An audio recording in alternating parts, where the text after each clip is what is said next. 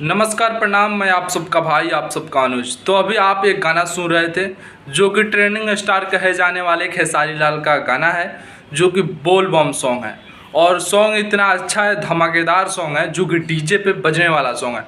हालांकि पूरे क्या बोलते हैं कि भजन टाइप का तो नहीं है, लेकिन सॉन्ग पूरे भक्तिमय ही है। और सॉन्ग जो है धमाकेदार है, डीजे पे बजने वाला है, डांस करने वाला सॉन्ग है। और सॉन्ग जो है बिल्कुल मस्त है।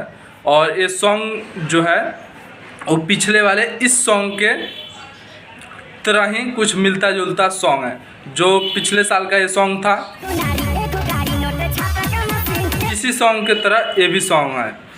तो सॉन्ग काफ़ी बेहतर है और काफ़ी लोग को इंतज़ार था इस सॉन्ग को कि जल्द से जल्द इस सॉन्ग आ जाए। तो 1-2 दिन पहले सॉन्ग आ चुका है फाइनली। तो आप लोग जाइए, इस सॉन्ग को सुनिए और ढेर सारा प्यार दीजिए। वीडियो को शेयर कीजिए, वीडियो को लाइक कीजिए और आप इस चैनल को भी सब्सक्राइब कीजिए। मिलते हैं हम नेक्स्ट वीडियो में। तो जय हिंद, जय बिहार।